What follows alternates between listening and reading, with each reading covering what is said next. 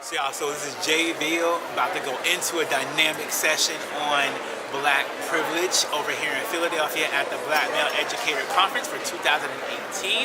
I'm about to go in there and blow this thing up, y'all. We're gonna be talking about relationships. We're gonna be talking about tutoring. We're gonna be talking about making things happen, mentoring these kids. How do we understand what Black privilege really means? How do we use it? And what is that versus white privilege, y'all? So come on, take a journey with me. Let's make things happen. One of the few districts in the United States that actually has a STEAM properly implemented program in partnership with the Department of Education in DC. I was over that program for a year and a half, and then there was an adjunct professor at the university for 4 years. So after that, started PhD level in STEM subjects, test preps, English reading, writing, and foreign languages, and now we're the top Black-owned tutoring company in DFW and the Southern United States. And we kind of go to what we do. So now, who is in the classroom? Who's in the classroom right now? Okay, teaching. Now, who's really in the classroom? Meaning, who's represented in the classroom nationwide, right? Who's teaching our young Black students, right, or our young students of color? We look at this, right? Look at the statistics. Most of the students that are in the classroom right now are minority, right? Does everybody agree? 51% is minority, right? But we have 49% of non-minority students or Caucasian students in the classroom. But if you look at the educators, what does that tell you? Who's teaching our kids though? Not us, right? Not us for the most part, and definitely not Black males, right? So let's figure out what white privilege versus Black privilege is. So I'm going to give you 1 second, well, about 10 seconds to read real fast, just to look at that. Just to look at the definition of white privilege and look at the definition of Black privilege and tell me what you kind of think. I'm going to get out your excerpt so that kind of see a little bit. I'm going to stand in this little side real quick. Give you about a good minute to kind of look at the white privilege versus Black privilege scenario and see what you think about it.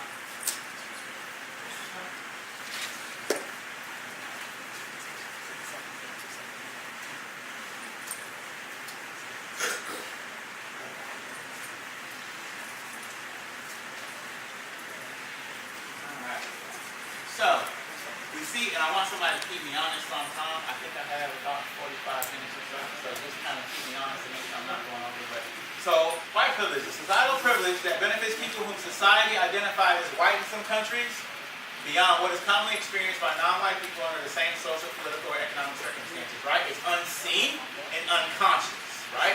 But now, let's look at the Black privilege side. We're creating opportunities, right, when they present themselves, knowing that one can still succeed in all dire circumstances, right? Not letting excuses in life situations deter us from making a name and a life for ourselves. And also understand that we actually do have power to discover our passions and follow our dreams. Even though we do got to work what? Twice as hard as everybody else, right? Still. But we do have the power to make things happen. That is considered Black privilege. Does everybody agree with that? Yeah. Somewhat, right? Most. Okay, good. Oh, sorry. Do I need to go back for you? All right, okay. Alright, cool. Now, so, think about it in the classroom. White teachers expect less in the classroom of our students. Now, this black box represents our young Black students. Black students see less of college graduation. They see less of gifted programs, pre-AP and AP programs. How many of y'all understand and seen that in the classroom? We see a very small percentage of our Black young students that are actually taking the AP classes, and let alone a smaller percentage taking what? The AP exams, right? At the end of the day. Now, check this out. So, classes taught by our Black educators, right? If we have Black students being taught by Black educators, our racial gap disappears. Not all the way, but it does disappear more, right? We talk about I've seen some messages going on in the app about 2%, right? That's our 2% of all public school teachers are Black males, right? But we want to fix that, right? So there's a couple things, like I said before, some white little tablets are on the wall. We're going to write some little solutions as well. This needs to be fixed. Look at this for a second. Which scenario reduces behavior problems?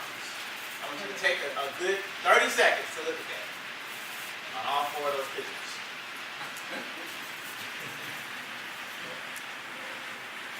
And I'm gonna I normally move around about the room, but I don't want to be in everybody's way, so I'm kind of sticking kind of right here a little bit. Just FYI. All right, so the top left-hand corner. Somebody raise their hand. Tell me what's going on in that picture. Yes, sir. It looks like you're disengaged and conversation with what the professor is talking about. Okay, so disengaged, not paying attention to what the professor or the teacher is talking about, right? But who is she surrounded by? White girl. Okay, all right. Now, somebody tell me on the right-hand side. Raise your hand. Tell me on the right-hand side, right-hand top side, what's going on in that picture. Or anybody can just shout it out. Don't have it. It's cool. Huh? Sitting in the back of the room, right? All right, bottom left.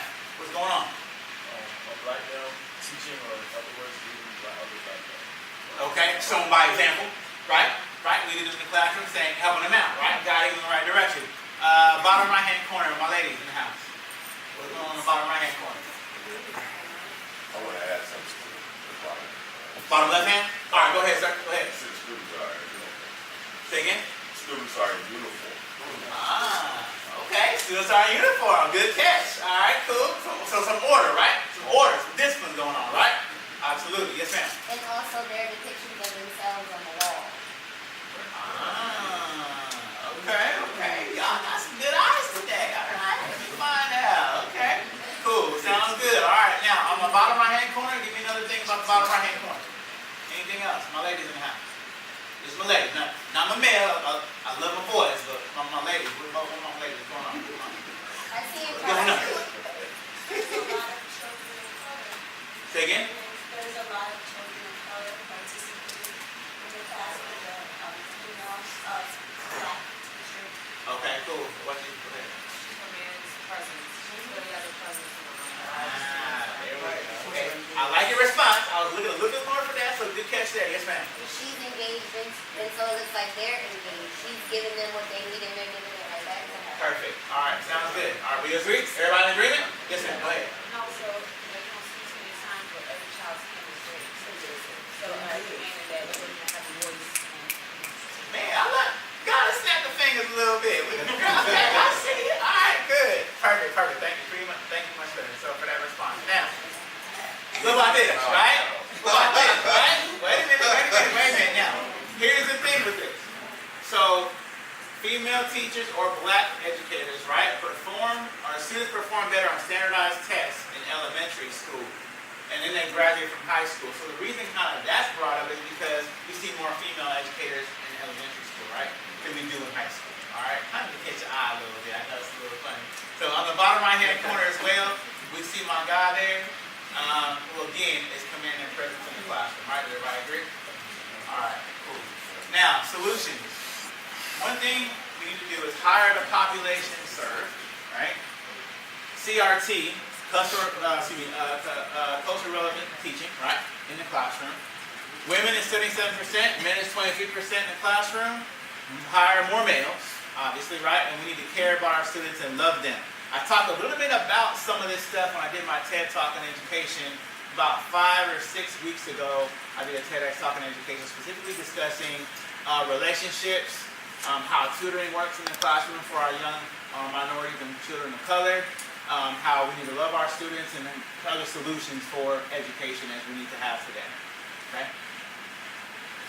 AP test statistics, we just talked about a little bit about testing. So, 30% of black students pass the AP test, 42% of Hispanics, but 64% of white students, and 70% of Asian students. So what does that tell you up front so far? Anybody can talk. What does that tell you so far? Huh? We have an achievement gap up front, right? Now, cause low quality AP classes, right? And students are not prepared to take advanced material. Now, my experience, I can tell you from my experience, I started an AP calculus program at a charter school in Dallas, Texas, and there was nobody that was really leading and heading that on. There was no AP calculus at the school. Why, right? Several years, the school had been open several years. That particular school was primarily Hispanic at about a 90% population rate, but there was no AP class for math, for calculus. That doesn't make any sense. So part of it is we need to increase our AP classes in the schools that we're in, right, that we're matriculated in, and we need to have students take more of them. Our Black Privilege solution.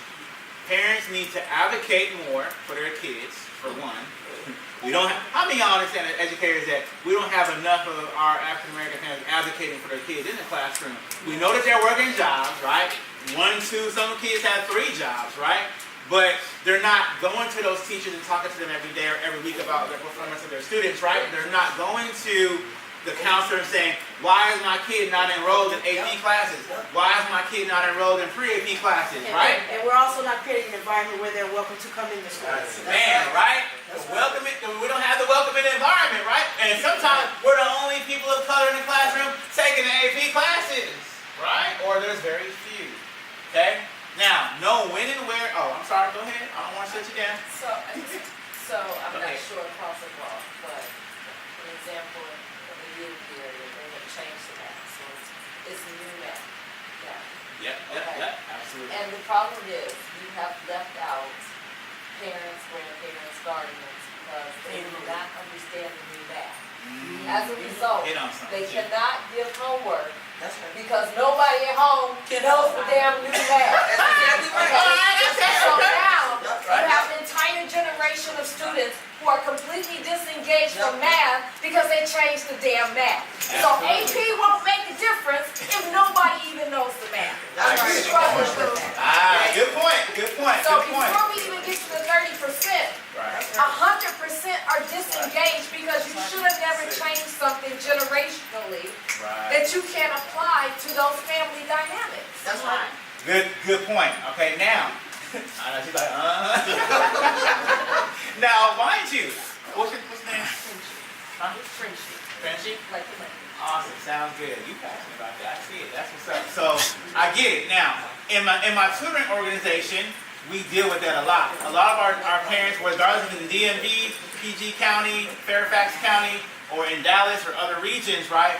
We have issues with some of the new math that's being taught, right? Now, you guys are Common Core, right? Texas is not Common Yes. Core. But we have the same issues, right, with some of the new math being taught. Now, me as a mathematician, and in my team, we got 40 tutors nationwide between Dallas, Frisco, New York, upstate New York. We have somebody in the DMV area, and then in Austin, Texas, and we're all dealing with the same thing. But we service students nationwide and globally via online too. So we see these particular issues, okay? So I get it. But there are ways that, other entities like third parties can fix that, right? But you have to have the relationships of those that know content and also that can get the content to the students, right? So good point. I like the point about that. All right, now let's go a little further. So parents need to advocate. We talked about that. Sign students up for classes to have those conversations with teachers on preparedness and ensure your kid takes enough pre-AP and AP classes to graduate and be competitive when it comes to the college ratings, right? So let's talk about some more stuff. Classes our Black students need to take. How many of y'all have kids or either personally or at school in pre-AP, AP, IB, or DC, which is dual credit? Okay, alright, cool. Students should be taking pre-AP classes from 6th to 8th grade. One thing I found out in private school sectors and in public school sectors of our students in tutoring is the fact that not enough parents know, one, when their kid is supposed to be taking pre-AP classes, and two, why they're supposed to be taking the pre-AP classes, and three, how that matriculates into college readiness and college access when they apply to some of the top level colleges and schools. Freshman year, they should have at least 4 pre-AP classes based on the curriculum. Sophomore year, at least 5 and 1 AP. Junior year, at least 5 to 6 if possible, and then senior 6 to 7 if possible. If you're at an IB or dual credit school or curriculum, then you would take as many courses as possible deemed on that particular curriculum for school. This is the threshold that we saw through a course of time that actually does work when students are getting vetted by schools or universities nationwide. All right, I know some of y'all are catching it. Can I move on? We good? All right. So you don't have to look at this right now, but this is the best website for scholarships. This is a resource that can be used. If you guys want a copy of this, we have the app thing, right? Just reach out, and I'm on there on the presenters. Just say, hey Jay, I want a copy of the presentation. You guys can see all of this stuff and data that you need for your schools, for your kids in your schools, for your kids in the home. Spread it out to wherever you want to, and all that good stuff. So don't worry about catching everything. You guys are gonna be able to get to it. Yes, ma'am. Go ahead. 5-minute warning. Ooh, Jesus, Lord, that fast? Lord, okay. All right, so resource links. They're there. Recruiting black male educators. Problem is, field is dominated by white women, which equals a low black male role model opportunity. Okay? Profession is less desirable by black men. We work with various organizations and universities to recruit black male teachers into the profession, right? We want to provide a support system and a good network. We give them all opportunity to learn from each other. But the problem is not necessarily always getting in there. It's what? Staying in there. It's retention, right? That's the problem. We have a retention problem of our black male educators in the classroom, period. Okay? But pay comes with time, and asking and negotiating is also part of your what? Black privilege, right? You can negotiate. I've actually been able to negotiate some things in my course of time in the classroom to where I've actually made a pretty nice little salary through a course of time, but you have to exercise your power to talk and go to the negotiating table, right? Who were your male black teachers in school? How many of y'all had any? I can't remember if I had one or two, but that's it. None? Okay. So maybe one or two, right? All right, so how do we retain them? What do y'all think? Give me 1 or 2 days y'all think on retaining them. Let's talk about that for a quick second. How can we retain them? Huh? Mentorship. When this is support, you would just go out on the building to support, minority teachers as they go through, or they're trying to navigate white space or navigate even the system. All right, perfect, good, perfect support. Yes, sir. Make sure that they're giving each other using and like following their passion. Because most of the time when they didn't want to teach, and they do that first year or two, and then realize it's not for them, and that's when they stop teaching, like they lose the passion. Okay, and sometimes we lose that 5-year gap.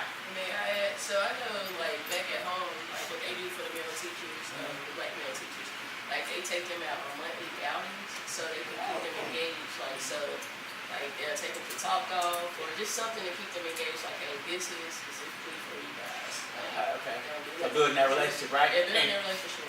And keeping some of the information relevant, right? Yes, sir. I agree with that, man. There's nothing worse than being in the job for a year and you don't feel like you can develop. And you feel like you just remain stagnant, right? So I have an opportunity like this, understanding my black privilege. I have an opportunity to be able to get amongst black educators, right? And continue to cultivate that. Yeah. Otherwise, I'm going to dip and I'm going to look for another job that involves me. And then I'm not going to get it there, then I'm going to dip and look for another job. Right? Opportunities to lack of potential. I'm a millennial, so that's our millennial generation. Right? We out. We out. We get it in, right? I feel you. All right. Yes, sir. Two issues that we've been fighting. Hold on. Go ahead. Two issues that we've been fighting in the district against in Baltimore City is one, when we do get black teachers who want to come to the district, they're often put in the most challenging schools and districts. And so they don't spread it out evenly. They put the black males in the worst schools possible. Zoning, right? And the second issue is when black males get into schools, they often become the disciplinarian. Right. So they're not allowed to teach because they want everybody to take all their problems. Awesome. All right, good point. Thank you, sir. Yes, sir. I think along the same lines, it was kind of mentioned about building community, but providing a safe outlet to have conversations among other men of color, people of color. Just either within the district, within the school, just having that space. So we have a problem with retention because of people being disciplinarians. We got folks not offering great pay. We have other situations as well, like my man over here said as well. So a lot of things going on. Man, this is a good session. All right, sound the alarm. Black students are 3 times more likely to be assigned to gifted programs when taught by a black teacher versus a non-black teacher, right?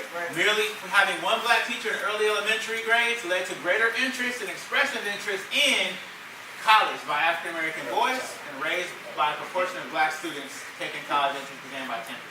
In Chicago, we talked about Chicago person in the house, right? Who's my Chicago person? Or people? All right, cool. There we go. So y'all have a term called soul models out there. Soul models come in your life and stay in your life, and role models just come and go. Becoming a teacher and leader become one, but teachers are the CEOs of their classrooms, so they're in control, right? A lot of the time they're in control, but there are situations and circumstances that kind of create change within our classroom environments as well that kind of piggyback off of that. All right, so things to know. I'm not going to read all of these, but break of traffic. Okay, yes, ma'am. You got 2 minutes added to your session. I did. Okay, I was going to say, I know I should have an extra 10 or something. Shoot, we started late. This is a good session. All right, go ahead. All right, things to know real quick. Break of traffic national pattern of pathology related to young black male in America. Teach students new stuff and see them actually use it, right? One thing that I've seen of success in the Dallas-Fort Worth area, and also what I've seen in the DMV area from some of our consultants out there, is that people need to see engagement, and like the young lady said over here, where is it being used, how is it being related to the content and curriculum at hand, and where they're going to use it in their professions when they get out. Right? Show them that sports and entertainment is not the only way of success. Right? You ain't got to be a rap star, you ain't got to be Lil Wayne, you ain't got to be the Carter 5, right? You don't have to be somebody that's in music or Kobe Bryant or anybody else to still be successful and make impact, right? Our kids don't understand that. What they do understand is the mentality of playing for a team, but you need to start moving from playing to ownership mentality. Own the team. If I'm playing, I'm paying Kobe $25 million a year, then how much does the owner make? How much check? I'm writing a check, right? Let's switch our mentality, y'all, to our kids owning teams and not just playing on them. It's good to be an athlete, but let's talk about ownership. Teacher diversity may also benefit teachers of color who experience feelings of isolation, right? That's part of the support system. Frustration, fatigue, when other teachers of color are in schools, we just talked about that, or hit on that a little bit a second ago. Increasing teacher diversity may improve satisfaction for teachers of color as well. So we need that support in the classroom. We need the administration support. Some of these principals, I don't even know what to say. Some of these principals, right? Some of the administration teams don't always support their teachers. And those that do, kudos for you guys. We appreciate that. But sometimes it's not there. The proposal. Build high retention, supportive pathways into education and teaching, right? Teachers of color are more likely to begin teaching without having completed comprehensive preparation. How many of y'all have been into I came from, when I was in education, I was part of the Texas Teachers Program, so Alt-Cert. How many of y'all have been through Alt-Cert programs? Okay, how many of y'all felt that you were actually prepared all the way when you got done? Right? How many of y'all feel like without Alt-Cert, even though going directly in, you still felt like you weren't as prepared as you thought you were going to be when you stepped in that classroom day one? You were like, bruh, what's really happening, right? I remember my first time real quick as a 20-second plug. I was teaching Algebra 1, and this kid in the classroom, like, he was a tall kid, a freshman, 9th grader, and Seth was like, I said, man, you need to go ahead and do your work or whatnot, and we were having an altercation, and he was just like, nah, I'm not going to do my work, I'm not going to sit down. I'm like, what you mean you're not going to sit down? I'm going to need to do this work today so we get this stuff done, right? But he had like he was going to challenge me. I'm just like, sir, you really don't want none. I'm telling you right now. I'm telling you right now. All right, you might want to sit down. You might want to go home today, right? Now me, being educated partly at the Naval Academy in Annapolis, y'all know at the academy we train very well, right? So he don't want none. I'm telling you, I'm not gonna lease it, but I'm just letting him know. So I built a relationship with him later, and we had that connection. And look, I'm here for you, man. You ain't gotta fight against me, bro. I'm here to educate you and make things better, right? We ain't gotta fight against each other, but we can work together so you can get out of here, and you can go to great schools. And at the end of the day, later he appreciated that, and we had a great relationship during the rest of the classroom, during the rest of the school year. But it took me time to intervene, right? Break that pattern of him being more defensive and being more accepting of a young black male in the classroom that can guide him to the light, and he can do better things. Somebody raise their hand real quick. Yes, sir. I know we have a little bit more time. Conversation about that 2%. And we come from this engagement. Right. Like we're looking at black males being in the classroom, but the spectrum of that 2% is it from middle school to high school, or we're just looking at high school. And I believe that if we don't pay attention to that and just look at the 2% and where these black male teachers are, starting at 6th grade, we can have a conversation. That way, when they get to high school, there's less resistance. Yeah, there you go. Can I do one thing? How about starting to get? Yeah. I'm a great child. Right. Hold on. And I just personally work well educators. Yes. All right, perfect. All right, we got 5 minutes. Good. Okay, so now, building relationships. Relationships are key to educating our young men and women. Story real quick of Carrie and Jaquisha, who were in my classroom at the time. I talked about those two specifically in my TEDx talk. Carrie was a young student. He was a biracial student, but he was a boxer, right? So he would come to class every day, he would slump down in his chair, not really do his work, and put his head down. But I later found out that he was being, sexually molested by a woman. right? So that was kind of interesting. I was like, wow, you know, our kids are going through some stuff. We may not know it all the time, but our kids have issues too. We have to address those, not address them from that perspective, you know, one-on-one, but we can address the fact that we're aware, right? So eventually I got a chance to kind of talk with him about his situation, and he was a smart kid. He wasn't dumb, right? He was a smart kid. He just needed a little bit more mentorship and engagement into him being successful in the classroom. And eventually, of me kind of building those relationships through time, he performed with A's and B's. Now, Jaquisha, different story. Jaquisha, she was combative in the classroom. She would always kind of want to fight against you and like, why should I be doing it? Why should I be doing this work? I ain't going to be nothing no way. And so I later found out, she actually came to my room one day and she dropped a note in my pocket and was like, hey, Mr. J, this is for you. And I'm like, what is this? And I'm like, okay. So I didn't touch it till the end of the day, but when I opened it up and read it, she talked about the story of her grandma and grandpa. She lived with her grandma and grandpa. Her parents were on drugs and she was around in this bad environment. And, you know, that's why she seemed like she always had attitude in class and was failing the class. She was getting a D. You know what I'm saying? She was getting a D. And me personally, I know that our people can do better than that. Our kids can do better than that. And I knew that she had it in her. So over time, again, applied kind of the same metric in case. And then she had about 88% by the end of the semester. So I was proud of her. You know what I'm saying? Because it just took somebody to kind of shake her reality a little bit and let her know that she can be who she can be. Mentor kids, sharing experiences inside the city, outside the city, and in countries. When I went to the classroom, I was principal for a day in Dallas recently. I went to a little event we had, and I shared my experiences in different countries. When I went to Dubai, I shared my experiences. When I went to Japan, I lived in Japan and Korea for a couple of years. You know, got a chance to move around with my parents in the military. All this stuff, and really explain to them about financial literacy, which we all need more of too. That's a whole nother presentation by itself. But giving them advice about all this stuff, y'all, is important to them benefiting in the classroom as well. Showing them that they can win too. Show them that they're special. Let them be able to become a superstar student and speak success into them because they have it in them. You just gotta give them a little light, right? Now, let me show you kind of why we've been successful in tutoring. So I want you to kind of put your support cap on. Thank you. I want you to put your support cap on. Tutoring our black kids. E-Tutoring, which is the organization that I'm running, has a 95% success rate right now of urban students earning A's and B's in over 48 content areas company-wide, which is awesome. Now, because we built relationships with these students, right? We have a holistic approach in tutoring. So what does that look like outside of the school system, whether it's public school, charter school, or private school? We have a deep conversation with parents and students to get to know them on a relationship level first before we talk about the education side. Then we include parents, teachers, counselors, the students, if they're in sports, the coaches, and one communication circle of influence to guarantee and ensure everybody's on one page. Because sometimes not everybody's on one page. Counselor be saying something else, don't have them in the right classes. Right? Parents saying something else, the teacher saying one thing, and the coach is saying one thing. We need to be on one page together to get that kid accelerated where they need to be. All right, we mentor the kid and provide support. So even outside tutoring sessions, our students also connect with us and ask us for help too during in between time of those particular sessions.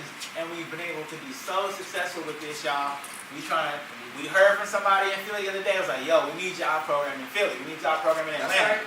Okay, we're trying to take the same model that we've been able to achieve 95%. Y'all, I got requested to go to the Forbes event because we're doing great things, right? 95% success rate, okay? We mentor the kids, provide the support. If teachers are not handling their business as CEOs of their classes, there's one person to blame for the inability to succeed, and that's the educator in cases of them not doing what they're supposed to do. But if they are doing what they're supposed to do, then it's also a parental thing. It's a student thing. We all got to come together to make this thing happen. Students need the following to close the achievement gaps and the belief gaps over here. Self-awareness, they got to know who they are, where they're going, what they want to be. Determination, reverse engineer processes and mindsets on knowing what the end is first before they go to the beginning. Believe in themselves, follow through, plan, and execute. If our students of color in the classroom are supported, are mentored, have these things, and have a tutoring circle of influence around them that they can be successful with at a 95% rate, our kids can reduce this pipeline to prison, right, that we talk about all the time, okay? There's ways to fix this, y'all, but we just got to come together and do it. Here's my contact information, but real quick, I want a couple hands. How can we improve teacher recruitment? Give me like 2 or 3 points. 2 or 3 points on resources and 2 or 3 points on relationship solutions, and then we're done. Just start blurting it out. What can we do on teacher recruitment real quick? Have the recruiters come here. Huh? Have the recruiters attend the session. That's why our takers out front. All right, attend session. All right. What else? Teacher recruitment, real quick. 2 tidbits. Yes, sir. Show students. This curriculum, Right. right? So we must decolonize the education system. I don't even believe in math. I believe in financial literacy. I believe in STEM and STEAM. But math itself deters people in general, even just by using that label. It deters girls, deters boys who don't want to do it because they're not excited about it. When you come in this room, it's because you're excited about everything that math does. Not math itself, but what you can do with it, right? Our kids don't know what they can do with it. We're not teaching them what they can do with it. We're teaching them math. That is the problem. Right. Absolutely. Yes, ma'am. Real quick. Yes, sir. And yes, sir. I know. It's too much. It's too much. I love this session. Go ahead. I just want to shout out for saying what you just said, because I'm Teach for America, and also work for our charter school system where we try to send a lot of our kids to college. That's my America. That's the whole idea. But as a TFA core member, I've said many times that we talked about how we kind of resolve these issues in this bubble education system that we all disagree about. But nobody ever brings up that conversation. This is the first time ever that I'm in a public space where someone brought it up. So instead of trying to fix this little problem with TFA and then getting our kids to this education system that we don't agree about, how about we actually start a conversation where we can try to fix the whole system. However, I don't have the answer. We all got an I answer. don't have the answer. Collaborative. We can come up with an answer. All right, real quick, y'all. Sorry. Real quick. Yes, sir. So nothing to piggyback off of what she said. You have to relate it to like real world issues. Because a lot of time you hear, I'll never use this in real life. So in my classroom, I kind of bring in different examples from real world, so they can kind of see that use this in finances, keep track of their credit scores, investing and stuff like that. I'm glad you brought that up. I actually recently started a Facebook group, man, called Seeing Nobody of Color, promoting financial literacy and how to get our young black kids, well, we don't have any credit, most of them, but our adult African American people to have 800 credit score and up. I'm blessed enough to be young and have an 830-something score, but I'm sharing the knowledge for free to people and how to work. I used to work for a credit agency and bank, so I understand that a lot, right? But like you said, we need to do a lot more to financial literacy. All right, y'all, real quick, I know our time is up. Here's my contact information here. I do have a table downstairs as well with some information about the tutoring company. If you do want to connect with me during lunch or anything like that, or during the course of time, we have the app. I have so much more to say about this whole subject, and y'all have a lot of great ideas, and I want to connect with everybody in here, so please engage. Thank you. Oh, and we all have black what?